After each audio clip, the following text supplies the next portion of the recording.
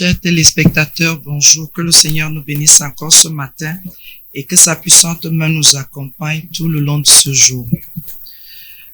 Comme je le disais tantôt, encore il y a quelque temps, c'est à partir de vos messages que je vais d'abord m'arrêter pour enseigner, pour éclairer plus d'une personne par la grâce de Dieu. Nous avons un message qui nous vient du Togo. Qu'est-ce que le message nous dit?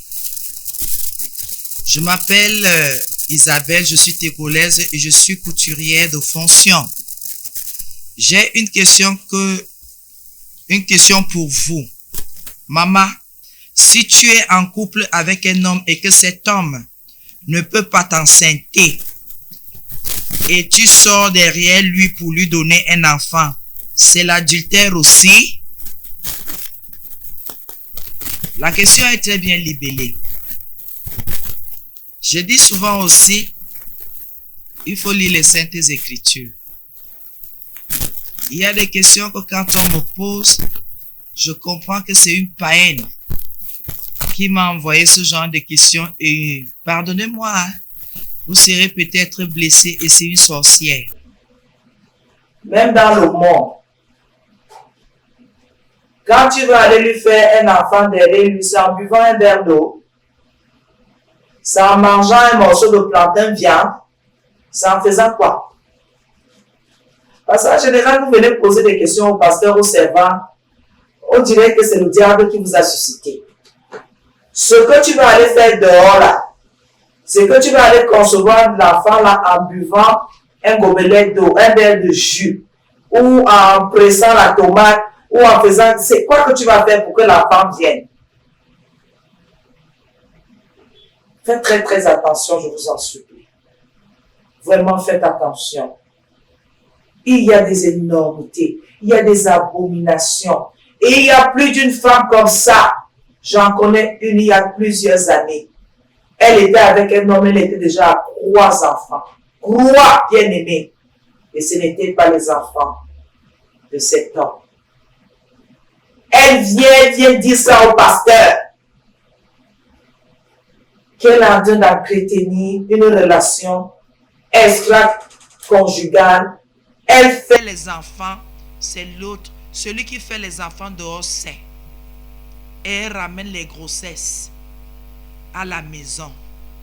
Elle a sa relation extra-conjugale, mais elle ne dit pas à l'autre que ce sont ses enfants qu'elle est en train de faire dans la maison de Truy. Et le monsieur qui est là avec elle est sûr que sa femme accouche alors qu'il est stérile. Puisqu'ils avaient fait des examens. Ils ont constaté qu'il avait des problèmes. La femme a commencé ses abominations. Et il est fier. Il dit qu'il a 3 enfants dans la maison. Alors que ce ne sont pas ses enfants. Ce ne sont pas ses enfants. Et le monsieur avec lequel cette femme entretient cette relation, elle lui a déjà fait 3 enfants. Même père, même mère. Vous vous dites que cet homme, si un jour il découvre cette super chérie, comment il va se sentir? Il aime ses enfants. Il scolarise. Il choisit les noms des enfants. Sa famille sait qu'il a des enfants, alors que ce ne sont pas ses enfants. Pourquoi vous êtes cruel comme ça? Pourquoi vous êtes méchante comme ça? Pourquoi vous êtes du diable comme ça? Tu ne peux pas quitter. Tu ne peux pas partir que de faire ça. Tu veux le beurre et l'argent du beurre. Tu ne peux pas rester sans faire d'enfant si ce monsieur n'en fait pas. Ce n'est pas le plan de Dieu. Pourquoi vous êtes comme ça? Pourquoi vous êtes comme ça? J'ai une question pour vous, maman. Si tu es en couple avec un homme, elle n'a pas dit qu'elle est mariée. Elle a dit qu'elle couple, c'est 2 personnes. Et que cet homme, parce que si c'est ton mari, tu ne peux pas appeler cet homme. Tu vas dire que mon mari, et que cet homme ne peut pas t'enceinte. Quand vous vous êtes rencontrés, il y avait la grossesse dedans, il y avait enceinté dedans.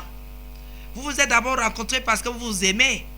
L'amour est venu. Vous vous êtes d'abord rencontrés pour faire vos choses. Vous avez fini de faire. Vous vous êtes attachés l'un à l'autre. Maintenant là, Le problème, c'est quoi? Si c'est lui qui a un problème, donc tu ne peux pas le supporter avec ses problèmes. Il faut que toi, tu aies ton avantage. Que tu conçoives un enfant. Parce que ce n'est pas pour lui que tu fais ça. C'est pour toi-même.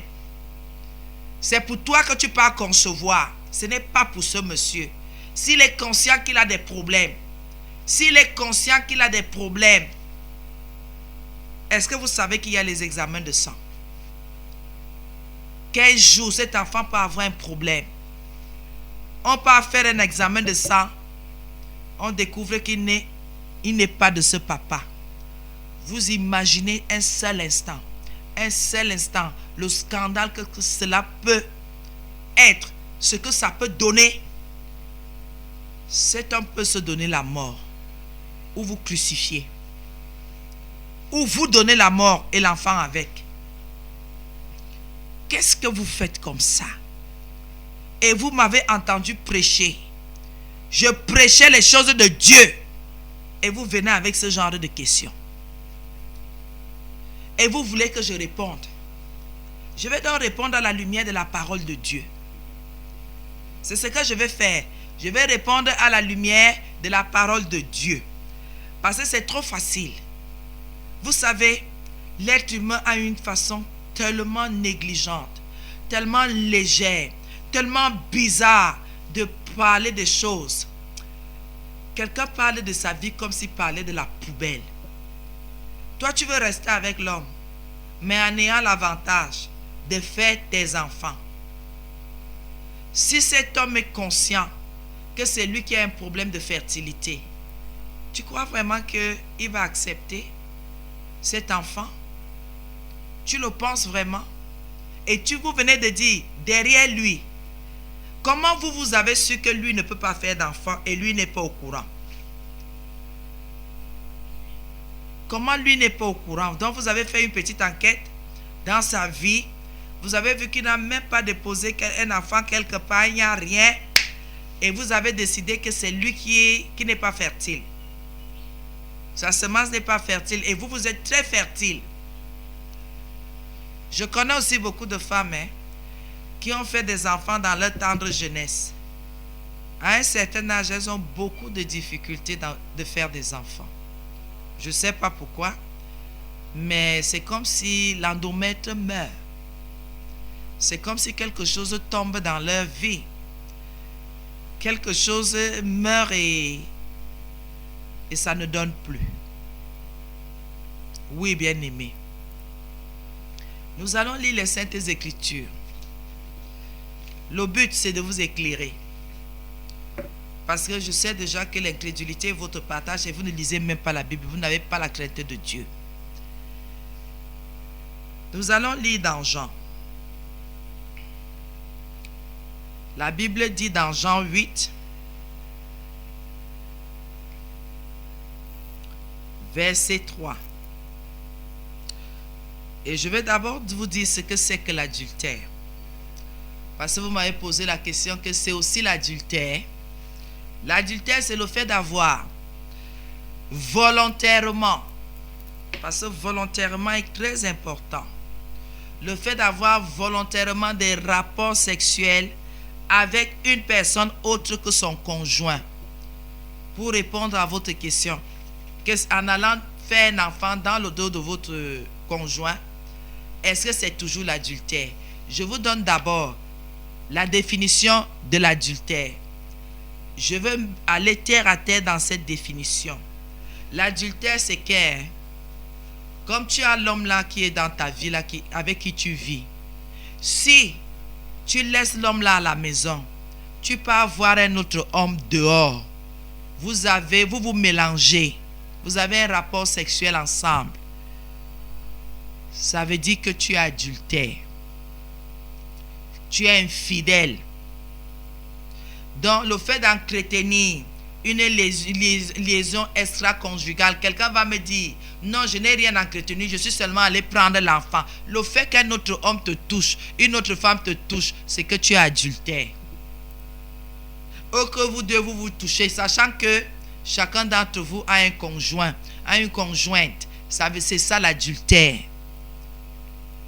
Et vous allez même voir que quand nous allons lire les Saintes Écritures, l'adultère pour le Seigneur est à un autre niveau très élevé, un niveau très fin, là où personne, tout le monde dit je n'ai pas péché alors qu'on a péché.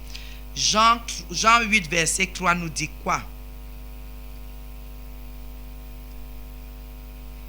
On peut même commencer par le verset 1. Je lis au nom de Jésus. Mais il y eut un homme d'entre les pharisiens nommé Nicodème, un chef des Juifs, qui vint lui après de Jésus de nuit et lui dit: Rabbi, nous savons que tu es un docteur venu de Dieu, car personne ne peut faire ces miracles que tu fais si Dieu n'est pas. C'est Jean 8, excusez-moi. Je suis allé à Jean 3. Je suis à Jean 8, verset 3. Jésus se rendit à la montagne des Oliviers, Jean 8, verset 3. Mais dès le matin, il alla de nouveau dans le temple, et tout le peuple vint à lui. S'étant assis, il les enseignait. Alors les scribes et les pharisiens amenèrent une femme surprise en adultère, et la plaçèrent au milieu du peuple. Ils dirent à Jésus: Maître, cette femme a été surprise en flagrant délit d'adultère. Moïse dans la loi nous a ordonné de lapider de telles femmes. Quand une femme commettait l'adultère, on la lapidait, donc on la tuait en lui lançant des pierres, parce que c'était une abomination. Il la plaça au milieu du peuple. Il dit à Jésus: Maître, cette femme a été surprise en flagrant délit d'adultère. Moïse dans la loi nous a ordonné de la lapider. De telle femme, toi donc, que dis-tu?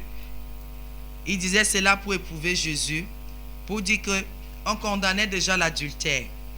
Jean 16, Luc 16. Excusez-moi, ce matin c'est un peu un genre. Luc 16, 18. La Bible nous dit: Nul serviteur ne peut servir deux maîtres, car il arrivera un. C'est Luc 16, verset 18. Vous allez me pardonner. Quiconque répudie sa femme et en épouse une autre commet un adultère, et quiconque épouse une femme répudiée par son mari commet un adultère. Regardez les niveaux de l'adultère. Les divorcés, les gens qui trouvent déjà que leur niveau est tellement élevé, ils abandonnent les maris, ils abandonnent les femmes, ils partent prendre d'autres femmes, ils partent prendre les autres maris, ils se mélangent. Quelqu'un t'a doté, parce que vous êtes souvent là. Vous dites non, on n'était pas mariés. Si les deux familles se sont assises, vous avez cassé les colas. Il y a eu un échange de nourriture, un échange, je ne sais, de pourparler. Les deux familles ont dit: nous sommes d'accord. Tu es chez un homme, tu es marié. Moi, je ne veux plus m'attarder sur vos choses-là, que non, il avait seulement toqué la porte. Si les deux familles se sont assises, elles étaient d'accord que vous restez ensemble et vous avez fait des choses ensemble, vous avez eu des rapports sexuels ensemble, donc vous avez consommé cette union. La Bible dit que quand tu sors de ce mariage, quand tu sors de cette union, quand tu sors de cette maison, que ce soit l'homme, que ce soit la femme, aux yeux du Seigneur, vous restez des adultères. Donc, va épouser une autre femme si tu veux. Va épouser un autre homme si tu veux. Faites même votre vie, faites même les enfants. Construisez même des gratte-ciels. Faites tout ce que vous voulez. Vous n'entrerez pas dans le royaume des cieux. Vous n'entrerez pas. Tant que ton premier mari est vivant, tant que ta première femme est vivante, vous n'entrerez pas. Restez avec les gens. Vous partez concevoir dehors, vous venez faire les enfants. Dieu connaît. Vous n'entrerez pas. Vous allez réjouir les cœurs des hommes. Vous allez réjouir les cœurs des femmes. Mais vous n'entrerez pas dans le royaume de Dieu. Non, je me suis repenti. Un péché qu'on a fait dans la conscience, il n'y a plus de sacrifice pour ce péché. Arrêtons de rêver. Les gens vous trompent. Les prêtres vous trompent. Les pasteurs vous trompent. C'est un mensonge. Tu n'entreras pas dans le royaume de Dieu. C'est lui qui décide qui entre dans son royaume. Je suis seulement là pour vous avertir, pour vous dire que ce que vous êtes en train de promouvoir là, ce que vous êtes en train de tourner là, vous allez poser de vos propres yeux. Il n'y a que la mort d'un conjoint pour libérer l'autre conjoint de cet engagement, de cette alliance. Je entends aujourd'hui les gens s'asseoir. Oh, incompatibilité d'humeur. Oh, il veut me tuer. Oh, il est entré à la Rose-Croix. Oh, il est dans la franc-maçonnerie. Je dis, les gens ont épousé les sorcières et les sorciers. Ils ont fait les enfants. Ils ont vécu, ils sont morts. La sorcellerie tue ceux qui veulent aussi s'exposer. Si tu t'occupes des affaires, la sorcellerie ne te touchera pas. Oh, on était bien. Il est allé entrer dans la franc-maçonnerie. Je sauve ma vie. Vous vous moquez de vous-même. Tu sauves ta vie terrestre. Tu sauves ta vie terrestre. Tu sauves ta tête. Quelle tête? Et pendant que tu quittes, quelqu'un, tu dis qu'il est entré dans la franc-maçonnerie, tu peux tomber sur un sorcier parce qu'il est sournois. Tu ne sais pas que c'est la sorcellerie. Déjà même. Dès que tu quittes, tu vas dormir ailleurs. Tu es adultère. Parlez tout ce que vous voulez parler. Dites tout ce que vous pouvez dire. Imaginez-vous des scénarios. On ne peut pas tromper le Seigneur. Sa parole est claire. Sa parole dit quoi? Parce que vous savez, Luc 16, 18 dit quoi? Quiconque chasse sa femme fait partie sa femme de chez lui et en épouse. La Bible est claire. Et tu prends une autre femme dont il s'agit ici de divorce. Vous savez qu'à l'époque, il n'y avait aucun papier. On ne signait aucun papier. Les familles s'entendaient et les gens vivaient ensemble. On fait l'échange, on fait la dot, on fait ceci, on fait cela. Et parce que les filles allaient vierges, tu allais remettre une fille que tu as fini de dévierger, qui va prendre? Qui va prendre, mon frère? Qui va prendre? Aujourd'hui, les gens se vantent avec les femmes déviergées. Elles se vantent aussi. Alors que toute la valeur est déjà partie. Je vais parler comme quelqu'un qui sert le Seigneur. Vous vous vantez avec quoi? Quand vous parlez fort sur quoi? Une femme a de la valeur aux yeux de l'Éternel. Elle vaut son pesant d'or parce qu'elle est restée vierge. Parce qu'elle a gardé sa virginité. Pareil l'homme. La première femme que tu découvres, c'est la femme que tu vas mettre dans ta maison. Aujourd'hui, les mœurs,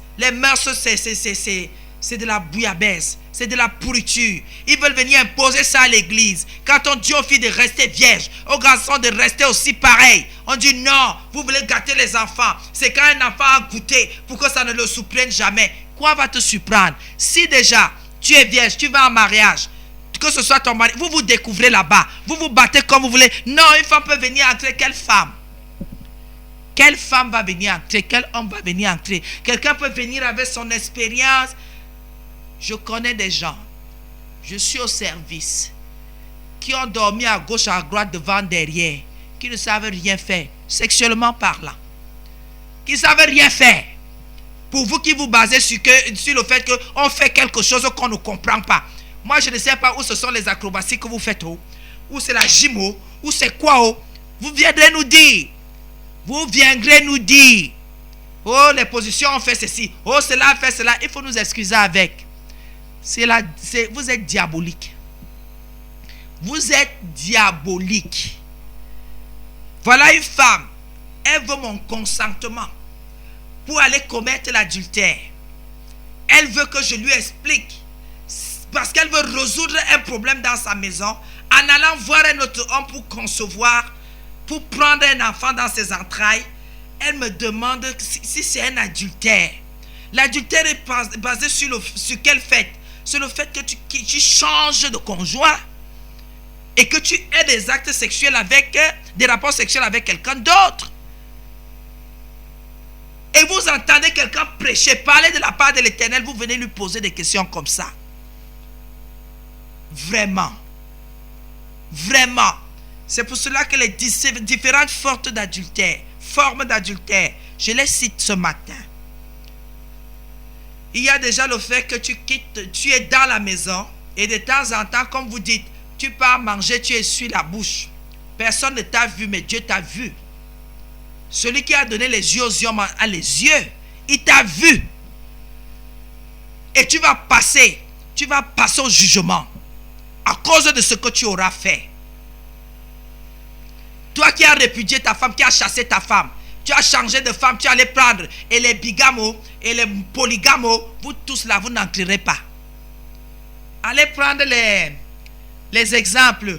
Oh, Abraham était polygame. Vous avez vu Abraham polygame quand? Vous avez vu Abraham polygame quand? Quand Sarah était là, c'est Sarah qui a mis une femme dans le lit d'Abraham. C'est Sarah qui a mis sa servante dans le lit d'Abraham. Abraham n'avait pas de problème. Cet homme n'avait pas de problème. Ce sont les femmes avec beaucoup de démons. Parce qu'elles se disent, non, si c'est moi qui ai le problème, toi va alors chercher l'enfant. Si j'ai les problèmes, tu m'as épousé, on reste comme ça jusqu'à la gare. Oui, on reste sans enfant. Si c'est toi qui as les problèmes, on reste comme ça. Si on s'aime, notre amour est plus grand que tout ça. On se bâtit, on vit notre vie. Si le Seigneur nous donne les possibilités d'avoir une voiture, on continue à s'aimer, à s'entraider. Ceux qui ont laissé les enfants, vous êtes sûr que tous les enfants là sont heureux? Vous êtes sûr que c'était le plan de Dieu? Si le Seigneur voudrait que quelqu'un d'entre vous ait des enfants, il est le Dieu des impossibilités. Voilà. Sarah, dans son empressement, n'est-ce pas, elle allait prendre Agar, elle l'a mis dans le lit d'Abraham. Agar n'a pas fait Ismaël. N'est-ce pas, la sentence de Dieu est toujours tombée. Et s'il y a les troubles dans le monde aujourd'hui, ce n'est pas à cause de l'acte-là. Les descendants d'Ismaël laissent les gens tranquilles. Faites attention. Faites attention. Toi qui as chassé ta femme, va chercher ta femme. Prie, vomis le feu. Fais même que les baobabs sortent du sol. Ils sont déracinés par la prière, ils tombent. Va chercher ta femme. Parce que tu es adultère. Va chercher ta femme. Va retrouver ton mari. Rentre chez toi. Va. Je dis, rentrez chez vous. Retrouvez vos époux et vos épouses. Rentrez. Oh, ça fait 20 ans, même si ça fait 50 ans, tant que cette personne est vivante, tu auras des comptes à rendre. Tant que cette personne est vivante, tu auras des comptes à rendre. Tu verras. Bien-aimé, le diable trompe les gens. Tu es fâché. Quelle est cette fâcherie-là qui ne finit pas? Quelle est cette colère-là qui ne s'arrête pas? Et tant que quelqu'un, même si on t'a fait quoi, tu ne peux pas laisser. Tu ne peux pas pardonner. Toi, tu n'as jamais fait d'erreur. Toi, tu n'as jamais eu de chute. Toi, tu n'as jamais. Non, pas la qualité là. Ce n'est pas la qualité là qui est importante. Si toi-même tu peux pécher, si toi-même tu peux tomber, si toi-même tu peux avoir les mauvaises pensées, tu peux dire du n'importe quoi, alors tu pardonnes aux autres. Tu pardonnes aux autres. Il faut avoir compassion des gens. Oui. Il faut savoir pardonner. Oh, c'est lui qui me refuse. Même si c'est toi qui me refuses. Si je suis légalement marié, si tu n'as pas demandé de divorce, je reste tranquille. Je reste ta femme jusqu'à la fin de mes jours. Je reste ton mari jusqu'à la fin de mes jours. Ça m'enlève quoi? Quand on s'est engagé, c'était pour la vie. Et c'était pour venir s'arrêter en chemin. C'est lui qui m'a abandonné, même si tu m'abandonnes. Moi, je reste ta femme. Quand il y a quelque chose dans ta famille, je viens. Quand j'entends, je viens. Je viens faire ce qu'il y a à faire parce que j'ai fait des enfants dans cette famille. Et mes enfants ne vont pas être déracinés à cause de moi. Je vais faire ce qu'il y aura à faire. Jusqu'à la fin, je ferai. Je n'ai pas besoin d'un autre homme dans ma vie. Celui-là va venir me faire quoi que toi tu ne m'as pas fait. Il y a des choses qu'il ne faut pas accepter. Ah, lui-même il a pris une femme. Même si ton mari prend une autre femme, ça te concerne en quoi? Est-ce que c'est un défi? Est-ce que c'est un bras de fer? Toi tu ne le fais pas. Tu restes tranquille. Tu ne t'attardes pas. Tu cherches les voies et moyens comment faire pour qu'il s'arrête de faire ce qu'il fait. C'est le plus important. La Bible dit dans Marc 10, versets 11 à 12, il leur dit, celui qui répudie sa femme et qui en épouse une autre commet un adultère à son égard. Donc pendant que nous on se sépare pour des causes multiples, tu pars toucher une autre femme, tu commets un adultère à mon égard.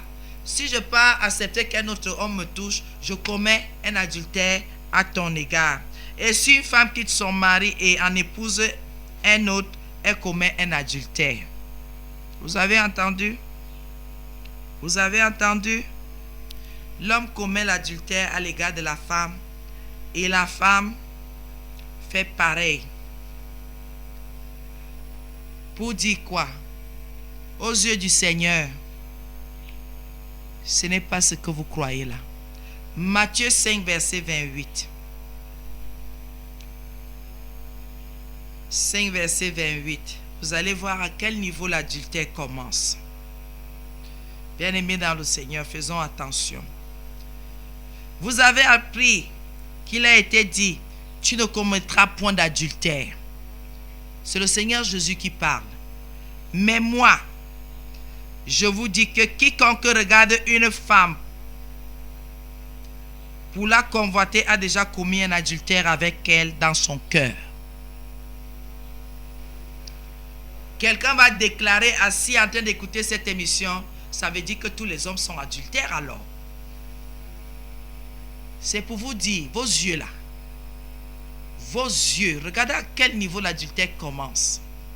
Parce qu'avant même d'aller parler à la femme, c'est une autre étape.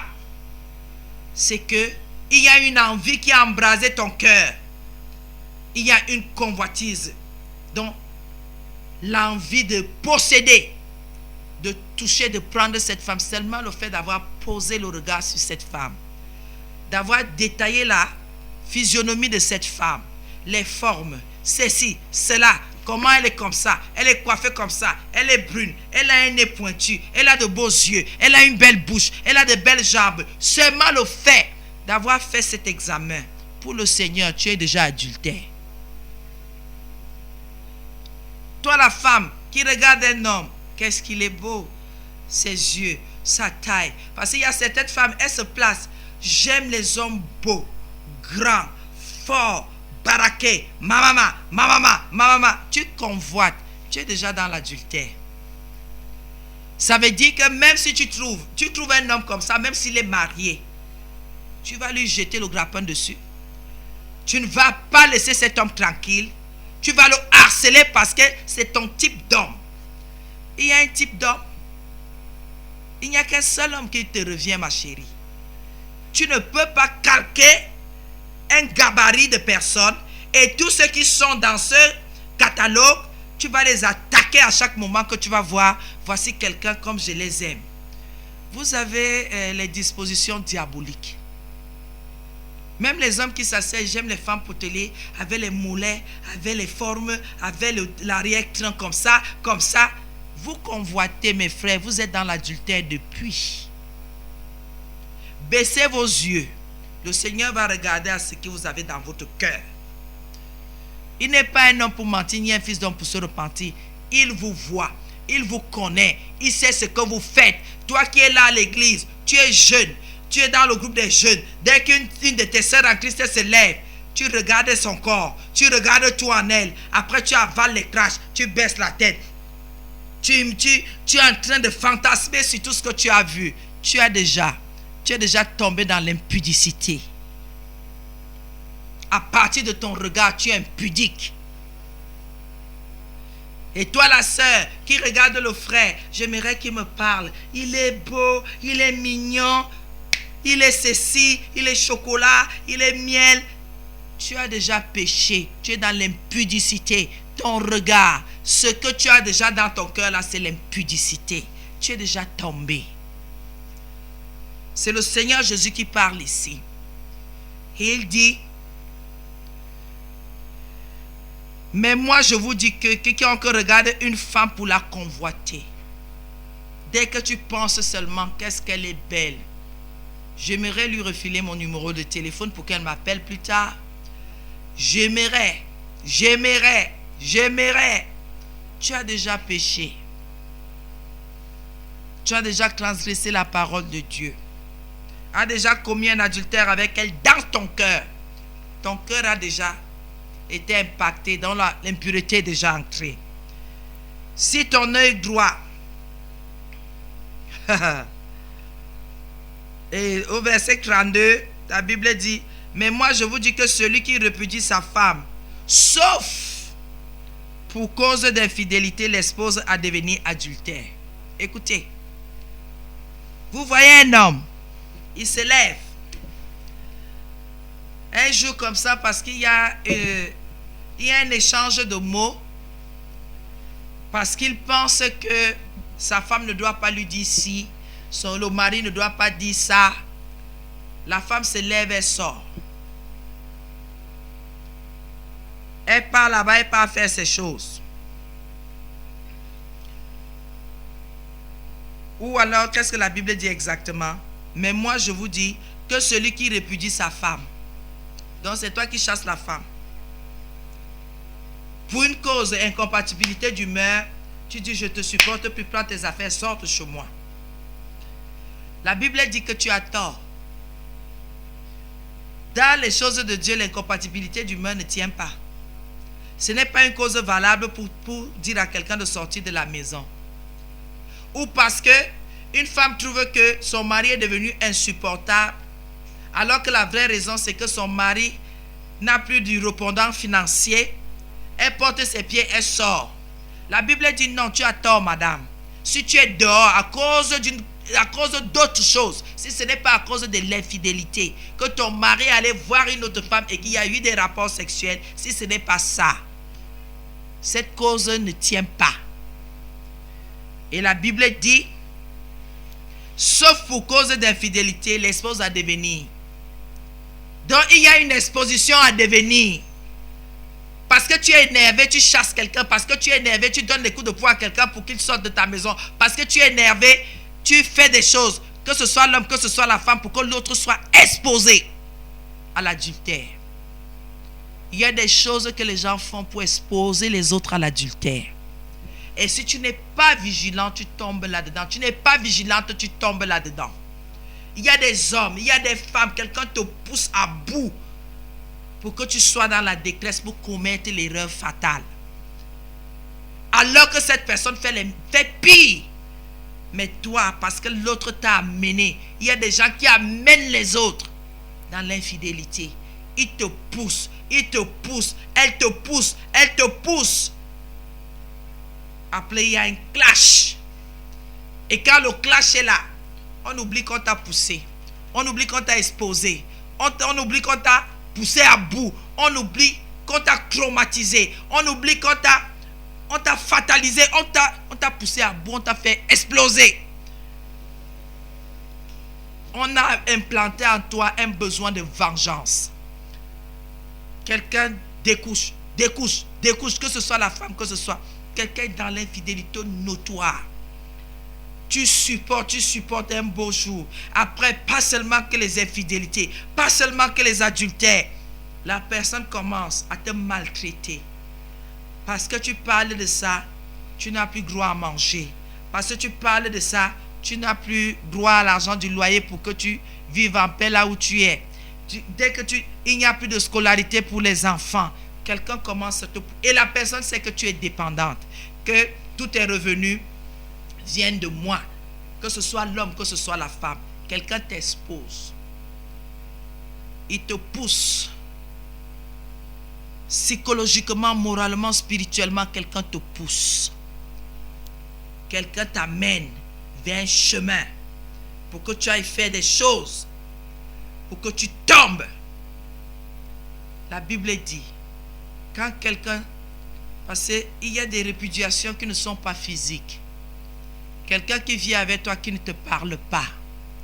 Quelqu'un qui vit avec toi qui ne te dit rien de sa vie. Il sort, il entre, il n'a pas le temps pour toi. Ça, c'est que cette personne t'a déjà répudié. Tu ne fais pas partie de sa vie même s'il revient. Il a d'autres choses. Tu es la gardienne de sa maison. Il n'a pas de compte à te rendre. Il n'a rien à partager avec toi. C'est une forme de répudiation. Quelqu'un qui fait ses choix, qui part dans ses choses et qui ne t'amène jamais. Tu n'es pas quelqu'un. Il ne te prend pas en considération. C'est une forme de répudiation. Et quand vous avez ce niveau est atteint, c'est que cette personne t'expose à l'adultère. Cette personne t'expose à aller chercher le réconfort ailleurs pour t'accuser demain, après-demain, d'avoir fait ci, d'avoir fait ça. Parce que dès que tu vas commencer, ton indifférence sera visible, puisque tu auras d'autres intérêts ailleurs. Bien-aimé dans le Seigneur, bien-aimé dans le Seigneur, il faut faire attention. La Bible dit, mais moi je vous dis que celui qui répudie sa femme, sauf pour cause d'infidélité, l'expose à devenir adultère, et que celui qui épouse une femme répudiée commet un adultère. Vous savez, il y a beaucoup de conflits dans les familles, dans les couples. Il y a beaucoup de conflits. Mais sachons gérer ces conflits. Et l'adultère est un conflit qui est malsain. Parce que vous allez voir, quand quelqu'un adultère,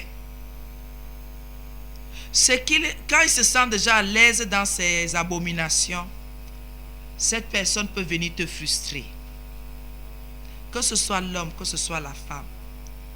Il y a des petites comparaisons. Il y a des petites phrases qui ne sont pas, qui sont très cinglantes, qui sont très méchantes, qui sont bizarres.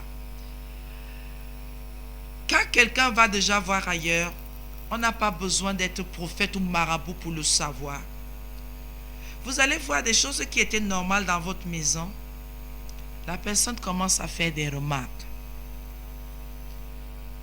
Pourquoi tu es sale? Pourquoi tu es comme ça? Pourquoi ça se passe comme ça avec toi? Même dans vos rapports intimes, vous vous rendez compte qu'il y a un agent étranger. Il y a quelque chose d'étrange. Parce qu'on veut vous faire des choses qui ne sont pas normales. Que ce soit l'homme, que ce soit la femme. Soyez attentifs quand vous êtes ensemble. Quand quelqu'un commence à clicher, quand la fraude est déjà là, vous allez vous rendre compte que l'autre va vouloir que vous ressemblez à quelqu'un que vous ne connaissez pas. L'autre va vouloir vous faire des choses qui ne sont pas normales. L'autre va vous exposer. Oui, bien-aimé. Et je retiens toujours l'attention, que ce soit des hommes, que ce soit des femmes. Quand vous avez une vie tranquille, il y a les entraîneuses. Il y a des femmes. Quand celle-là sait que tu es un homme marié, elles ont des enseignantes. Pour vous déstabiliser, elles vous font faire des choses que vous-même, vous ne vous imaginez pas. Vous vous retrouvez en train de faire ces choses. Et vous vous retrouvez en train de répudier votre épouse. En train de répudier votre compagne.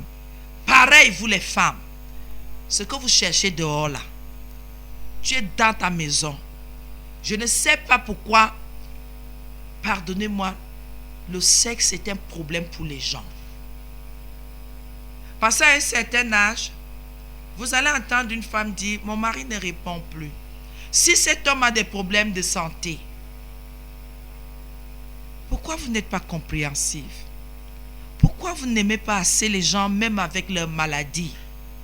Pourquoi vous allez voir ailleurs? Pareil avec les hommes. Ma femme est fatiguée. Elle n'est même plus dans ça. Elle ne veut plus rien faire. Mais il y a des choses que, ça c'est une thérapie de couple. Il y a des choses que quand vous vous rendez compte que l'autre n'est plus là-dedans. Il y a la ménopause qui vient avec ces mots. Il faut comprendre l'autre pour pouvoir s'en sortir. Il y a les faiblesses sexuelles qui s'imposent chez les hommes. Il y a beaucoup de choses qui entrent en jeu. Et ça veut dire il y a un problème de diabète, il y a un problème de prostate, il y a un problème de ceci, il y a un problème. Bien-aimé dans le Seigneur. Ce sont des choses physiques. C'est pour cela que quand la Bible parle de l'homme qui doit aimer sa femme et la femme qui doit être soumise à son mari. Ce sont les choses fondamentales. C'est ça qui garde un couple. Le couple est à toute épreuve. Même si c'est quoi qui arrive, le couple arrive à surmonter sans mettre d'éléments extérieurs, sans introduire un feu étranger dans la maison. Vous voyez, les mamans d'un certain âge avaient les enfants de tuer. Les enfants qu'elles pouvaient mettre au monde. Les papas avaient les enfants qu'ils pouvaient mettre au monde. Et ils commencent à mettre les petits pantalons serrés, les petites chemises serrées. Ils mettent les petits tennis avec les petits chapeaux. Ils font la barbichette. Ils rasent si c'est le cerceau. Ils font pour rajeunir. Ça ne sert à rien. Tout ce que vous êtes en train de faire là, ce n'est que pour rechercher la condamnation. Ça ne sert à rien. Même si un homme se présente à toi, tu lui dis, tu cherches quoi? C'est la sorcellerie qui te dérange. À mon âge, tu viens chercher quoi sur moi? Tu n'as pas ta femme? Non, pour certaines femmes, ça les flatte. Ça veut dire qu'elles ont encore du répondant. Le répondant dans quoi? Vous ne savez pas qu'il y a des prédateurs ici dehors? Vous ne savez pas qu'il y a des hommes, c'est comme s'ils ont un calendrier, ils ont un album, ils ont quelque chose. Il faut qu'ils remplissent l'album là pour dire qu'ils ont ils ont été forts. Et vous voulez faire partie de ces personnes-là parce qu'il veut s'en moquer. Et aujourd'hui, il y a les téléphones. Donc tu peux même aller, quelqu'un place le téléphone et finit de filmer. Et après, tu es tranquille dans ta maison, les vidéos et le chantage commencent. Pareil, que ce soit les hommes, que ce soit les femmes. Une jeune fille prend le téléphone, commence à menacer ta femme à la maison. Et quand ta femme est déstabilisée, tu dis non, elle invente. Non, c'est elle. Machin, tu commences à l'accuser. Alors que c'est toi qui allais chercher les problèmes.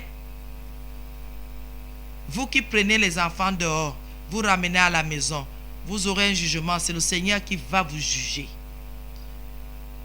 Ne venez plus m'exposer ce genre de cas-là. Je ne veux pas. Vous savez, quand vous écoutez mes prédications par la grâce de Dieu, vous savez que je suis en train de donner la pensée de Dieu. Ce que Dieu voudrait que les gens fassent. Ce que Dieu attend de nous. Je ne suis pas là pour dire à quelqu'un, ceci est l'adultère, ceci n'est pas l'adultère. Non, tu peux le faire. Oui, tu peux le faire. Je réponds à cette question en disant, quand vous écoutez les serviteurs et les servantes, allez voir les gens qui peuvent vous cautionner ce genre de mentalité. Ça veut dire que vous n'êtes même pas une bonne femme. Vous n'êtes pas une bonne épouse. Je ne sais pas comment je peux m'imaginer d'aller faire un enfant dehors et de ramener à la maison. Quelque chose qui va impacter ma vie pour toujours. Et que je ne pourrais pas effacer comme si c'était une ardoise. Et quand les problèmes vont commencer, c'est une preuve vivante de mon infidélité. C'est une preuve vivante. Et nous connaissons, nous les humains. Un jour, tu vas dire à cet enfant que ce n'est pas ton vrai père ici. Ton vrai père, c'est elle. Et le secret là. Et le secret là. Est-ce que vous avez la disposition d'avoir des secrets? Un jour, quelque chose vous embrase ici et vous commencez à dire à l'enfant, tu vas comprendre un jour, ton père, vous commencez à expliquer des choses qui ne tiennent pas. Et quand l'enfant va commencer à manquer de respect à celui qui s'est occupé de lui toute sa vie, et un beau jour de lui balancer en plein visage, tu n'es pas mon père c'est elle. Vous vous imaginez le désarroi de cet homme? Vous pouvez juste imaginer. Et elles sont assises dans les maisons des gens avec les enfants des autres. Et dans la famille, voici mon père, voici ma mère, j'ai surnommé mon père, j'ai surnommé... Ce ne sont pas tes enfants. Voici une femme qui envoie un message. Elles sont nombreuses comme ça. Les cas et les cas. Les cas et les cas. Tu es là. On te dit, non, l'enfant c'est intéressant. Pourquoi celui-ci est différent comme ça? La ressemblance n'étant pas déjà un facteur d'hérédité. Donc on peut encore passer là-dessus. Je vais vous dire quelque chose aujourd'hui, mes frères et sœurs. Surtout mes frères. Vérifiez si tous vos enfants sont vos enfants. Il y a trop de méchanceté dehors. Vous allez me dire, oh, on peut élever un enfant. Je vous dis, les femmes sont instables. Elles sont instables. Et surtout si elle a fait un enfant avec un homme, après elle se rend compte que cet homme a une vie meilleure. Elle va tout faire. Elle va tout faire que l'enfant sache qui est son vrai père pour en profiter. Je vous le dis au nom de Jésus que je sais. Si le gars ne sait pas en sortir, elle va cacher. Si avec son mari, l'homme avec lequel elle vit, si la vie est meilleure, elle va garder ça. Mais si son mari, il arrive et qu'il meurt avant, elle ira dire à cet enfant que voilà ton vrai père là-bas. L'autre là ne faisait pas d'enfant. Les femmes sont cruelles. Il y a des femmes ici-bas qui sont cruelles. Vous ne pouvez pas savoir. Et je parle parce que je sais. J'ai des cas et des cas et des cas parfois. Quand celle-là finit de raconter son histoire, j'ai directement le mal d'estomac. Parce que je suis partagé entre la colère. Je veux crier. Mais au même moment, il faut que je me maîtrise. Pour demander que qui vous a appris, qui vous a enseigné la méchanceté. Pourquoi ne pas quitter cet homme? Pourquoi ne pas le quitter si vous n'êtes pas marié? Si vos familles ne se sont pas assises, pourquoi ne pas le quitter? Quittez-le. Si vous êtes consciente, quittez. Mais si vous êtes marié, supportez. Si vous avez même été doté, supportez. Jusqu'à la gare, respectez ça comme ça. Que de faire ce que vous faites là. Ce que vous faites là est cruel. Que ce soit l'homme qui voit que sa femme ne peut pas faire d'enfant, il peut pas faire un enfant dehors. Que ce soit la femme.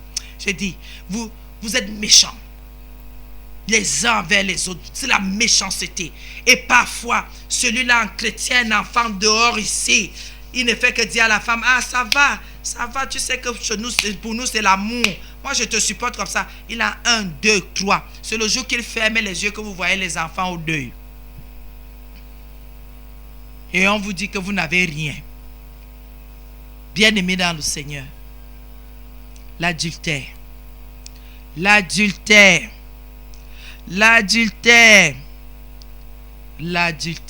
fait d'avoir volontairement des rapports sexuels avec une personne autre que son conjoint.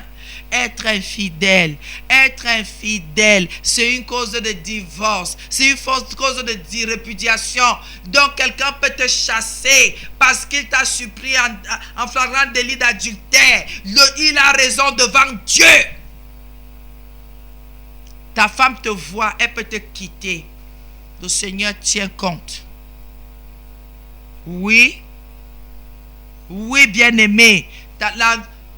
Ta femme te surprend en flagrant délit d'adultère. Le Seigneur est d'accord avec elle. Lisez la Bible. Ton mari te surprend. Il est d'accord. Le Seigneur est d'accord. C'est une infidélité, c'est une trahison. Et notre Dieu est fidèle. Tout ce que tu fais alliance, après tu brises l'alliance. Non, Dieu n'est pas d'accord avec ça. Dieu n'est pas d'accord avec ça. C'est écrit, hein? C'est écrit, donc il ne faut pas discuter de ça. On a dit que sauf Matthieu 5, verset 28. On dit sauf pour fornication. Là, le Seigneur permet. Et il permet très bien. Donc, mais moi je vous dis, verset 32, Matthieu 5, 32. Je vous dis que celui qui répudie la femme, sauf pour cause d'infidélité. Donc l'infidélité est un délit même aux yeux du Seigneur. Si tu peux pardonner, parce que tu as cette qualité, cette vertu. Parce qu'il y a des hommes qui savent dépasser les choses. Si tu peux pardonner, tu vois que ça peut arriver. Je n'encourage personne ici, hein.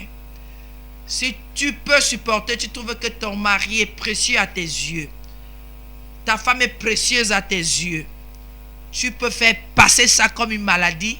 Alors tu fais passer. Et ça, c'est un homme grand qui peut le faire. Une femme grande. Quelqu'un qui a été impacté par le Saint-Esprit qui peut pardonner. Parce qu'ici, bas là, Dès que tu donnes l'occasion à quelqu'un de te surprendre, il ne te laisse plus jamais. Même pour un rien, oh adultère, pour un rien, oh fornicateur, oh infidèle, oh, il n'y a que ça, ça devient ton deuxième, ton troisième, ton cinquième prénom. Mais si tu as la capacité d'effacer ça d'un revers de la main, de récupérer ton mari, de récupérer ta femme, c'est que tu es grand, c'est que tu es grande, vraiment que tu es béni. Bien-aimé dans le Seigneur, n'allez plus faire les enfants dehors. Priez, le Seigneur est capable. Le Seigneur est capable de vous donner des enfants. Il est le Dieu des impossibilités. Il est le Dieu fort, le Dieu très fort. Soyez bénis, bénis. La crainte de l'Éternel est le commencement de la science. Je vous en supplie. Je sais que physiquement, il y a trop de moquerie. On se moque de la femme. Oh, tu es venu ici manger pour remplir les WC. On se moque de l'homme. Regarde-moi quelqu'un d'infertile comme ça. Ne vous attardez pas. Concentrez-vous dans la prière.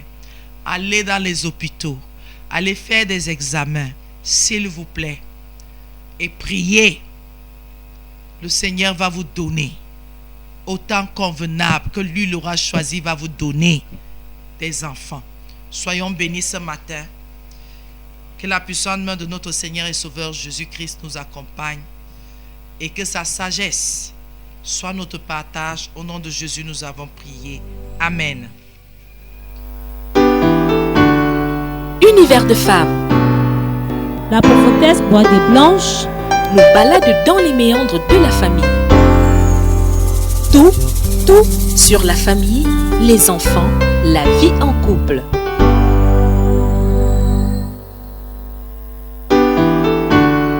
Univers de femmes. La prophétesse Boisdée Blanche Nous balade dans les méandres de la famille. Tout sur la famille, les enfants, la vie en couple.